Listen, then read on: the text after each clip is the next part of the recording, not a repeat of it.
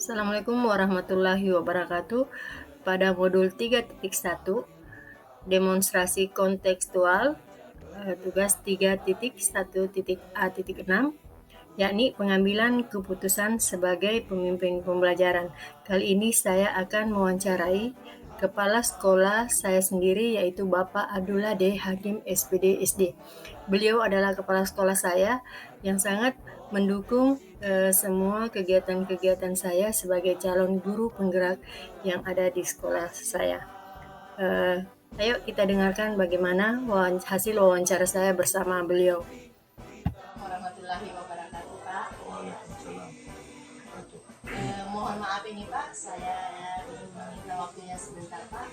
Saya ingin mewawancarai Bapak tentang bagaimana pengambilan keputusan dari seorang kepala sekolah selaku pemimpin di sekolah ini Pak. Baik, Pak. Jadi begini Pak, kadang kan seorang pemimpin itu dihadapkan pada sebuah pilihan antara dua hal, yakni ada hal yang baik dan ada hal yang tidak baik.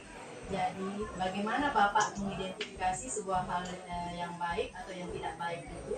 Dalam artinya di sini Bapak mengidentifikasi dilema etikanya dan dilema moralnya. Baik, saya jawab. Jadi untuk mengidentifikasinya sebenarnya ada. Jadi suatu itu dikatakan rujukan moral jika ada dua hal, yang satunya benar dan yang satunya salah menurut hukum. Nah, jika kedua-duanya benar, maka hal itu dikatakan dilema etika. Dan apabila yang satunya salah, namanya rujukan moral.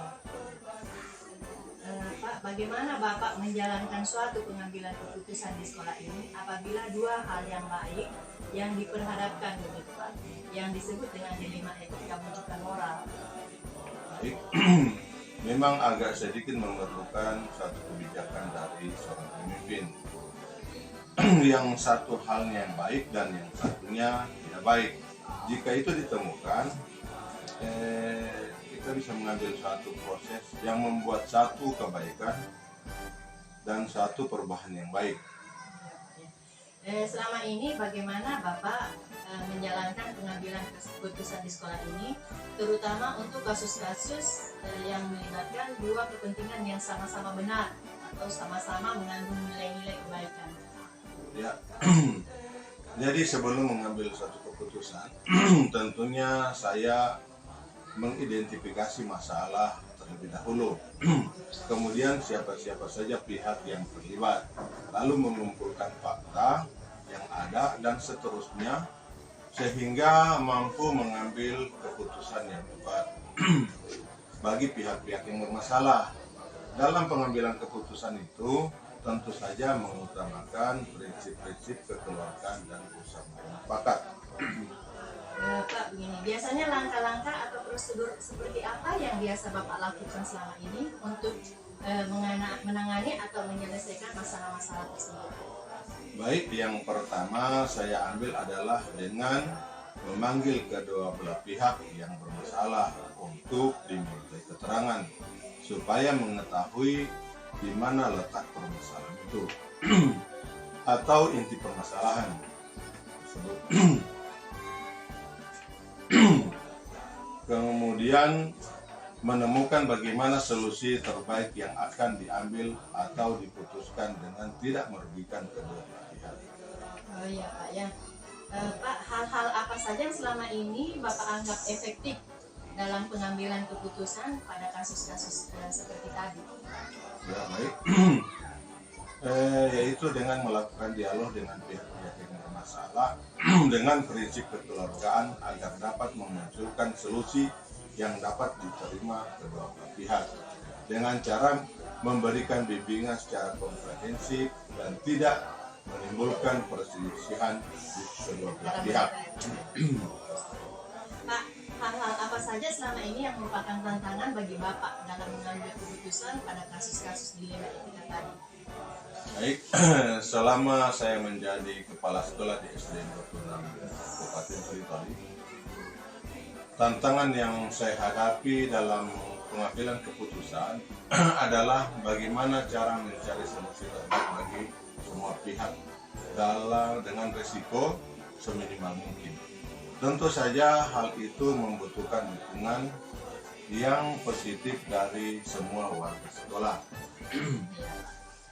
Pak, begini, apakah Bapak memiliki sebuah tata cara atau jadwal tertentu dalam sebuah penyelesaian kasus dilema etika? Atau mungkin Bapak langsung menyelesaikan pada saat itu, di tempat itu, kemudian bentuk prosedur seperti apa yang Bapak jalankan? Baik, sebagai kepala sekolah, langkah yang tepat yaitu menyelesaikan permasalahan yang ada secara langsung dan diselesaikan di sekolah pada hari itu juga, agar tidak berkepanjangan serta tidak menimbulkan perselisihan yang baru. Dengan melibatkan beberapa pihak terutama Dewan Guru untuk memberikan pertimbangan dan masukan yang baik, serta pengawas sekolah dan komite sekolah tergantung pada karakter permasalahannya. Jadi, adakah seseorang atau faktor-faktor apa yang selama ini mempermudah dalam membantu Bapak dalam hal pengambilan keputusan pada kasus-kasus dilema etika? baik. Jadi setiap permasalahan yang selalu saya bawa dalam musyawarah atau rapat Dewan Guru agar lebih cepat menemukan solusi terbaik. Juga lebih berkonsultasi dengan pengawas sekolah atau komite sekolah untuk memberikan saran dan masukan yang terbaik dari permasalahan yang ada. Iya, Pak, dari semua hal yang disampaikan, pembelajaran apa yang dapat Bapak petik dari pengalaman Bapak dalam pengambilan keputusan tersebut? Baik, harus berdasarkan kesepakatan bersama dari hasil musyawarah mufakat, serta membiasakan diri untuk bertanggung jawab atas setiap keputusan yang telah ditentukan, karena sebagai kelompok lebih ringan dalam menyelesaikan permasalahan daripada bekerja sendiri-sendiri. Selain itu, komunikasi yang baik juga pada setiap elemen warga sekolah juga sangat menentukan cepat lambatnya penyelesaian masalah yang ada. Intinya di sini saya selalu mengedepankan keterbukaan dan kolaborasi sesama rekan guru. Jadi saya bisa mengambil keputusan bahwa yang Bapak buat melalui pertimbangan yang bijaksana dengan melibatkan guru ya Pak ya, memberi masukan dalam menyelesaikan masalah apabila itu diperlukan ya Pak ya. Betul sekali. Ya Bapak, sekian wawancara kita pada siang hari ini Pak. Mohon maaf ini Pak sudah mengganggu waktunya Bapak. Tidak apa-apa, saya sangat mendukung semua program dari semua guru penggerak seperti yang dijalani oleh Ibu Nana. Semoga dilancarkan oleh Allah SWT. Ya. Amin amin. Terima kasih banyak Pak sudah mengganggu Pak.